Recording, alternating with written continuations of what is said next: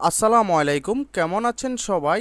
এখন আমি আছি দাগনভূঞা উপজেলা পরিষদের মধ্যে যে গুরুত্বপূর্ণ ভবনগুলো আছে, যেমন দাগনভূঞা উপজেলা পরিষদ, পশু হাসপাতাল এবং কি সরকারি হাসপাতাল।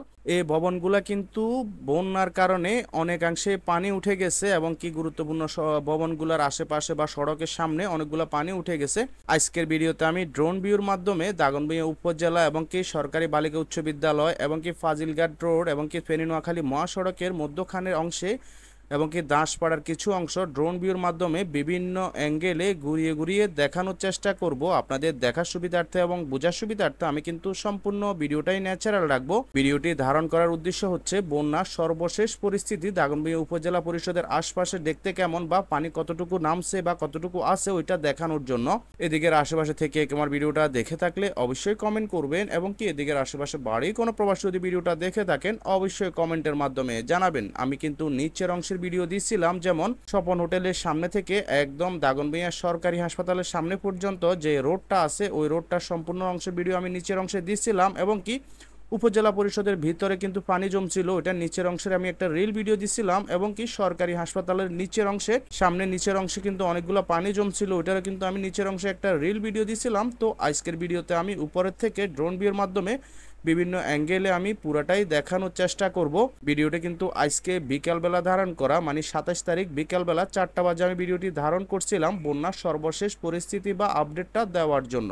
সামনে যে ভবনগুলো দেখা যাচ্ছে বা রোডটা দেখা যাচ্ছে এটা কিন্তু উপজেলা পরিষদ, এখানে কিন্তু পানি জমে গেছে, আমি পুরাটাই দেখাচ্ছি এবং কি আশপাশের পুরো অংশগুলাই আমি দেখাবো। তো ঠিক আছে, আপনারা উপভোগ করেন। ফেনী নোয়াখালী ইউটিউব চ্যানেল ও ফেসবুক পেজের মূল উদ্দেশ্য হচ্ছে ফেনী জেলা এবং নোয়াখালী জেলার বিভিন্ন রকম গ্রামগঞ্জ, হাট বাজার, রাস্তাঘাট ইত্যাদি ভিডিওর মাধ্যমে উপস্থাপনা করা। তো ঠিক আছে, আপনারা উপভোগ করেন।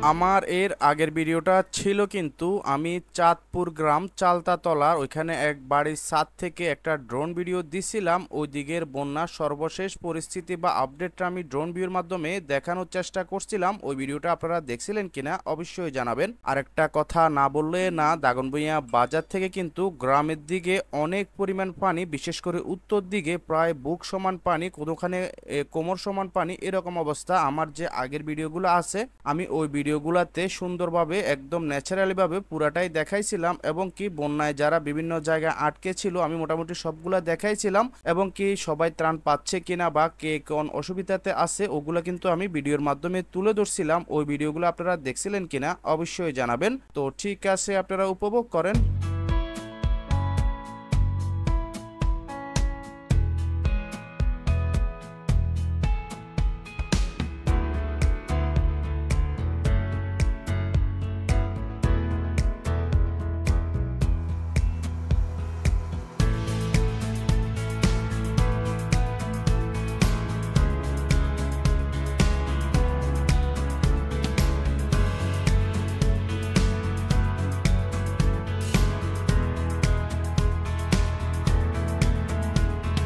আমি কিন্তু আজকে সম্পূর্ণ ভিডিওটাই ন্যাচারাল রাখবো এবং কি ধীরে সুস্থে বিভিন্ন অ্যাঙ্গেলে পুরো এরিয়াটা আমি দেখানোর চেষ্টা করব। ভিডিওর কোনো অংশ খারাপ লেগে থাকলে কমেন্টের মাধ্যমে জানাবেন এবং কি কী ধরনের ভিডিও দেখতে মন চায় বা পাইতে মন চায় অবশ্যই কমেন্ট করবেন। অনেকে আমাকে কমেন্ট করে থাকেন যে ফেনীর বাইরে নোয়াখালীর বিভিন্ন জেলায় বা ফেনীর বিভিন্ন রকম উপজেলার ভিডিও দেওয়ার জন্য। আসলে বর্তমান পরিস্থিতি এমন যে আমি নিজেও পানিবন্দী অবস্থা আছি এবং কি নিজের ঘরবাড়ি ছেড়ে আমি অন্যত্র আশ্রয় নিতেছি। ওই সুবাদে কিন্তু আমি আমার উপজেলা ছাড়া অন্যদিকে যাওয়া, বর্তমান পরিস্থিতিতে যাওয়া সম্ভব হচ্ছে না। তার পরবর্তীতে আমি চেষ্টা করব আসলে দাগনভূঞার পার্শ্ববর্তী যে এরিয়াগুলো আছে ওগুলাতে যাওয়ার জন্য এবং কি ভিডিও ধারণ করার জন্য। তো ঠিক আছে, আপনারা উপভোগ করেন।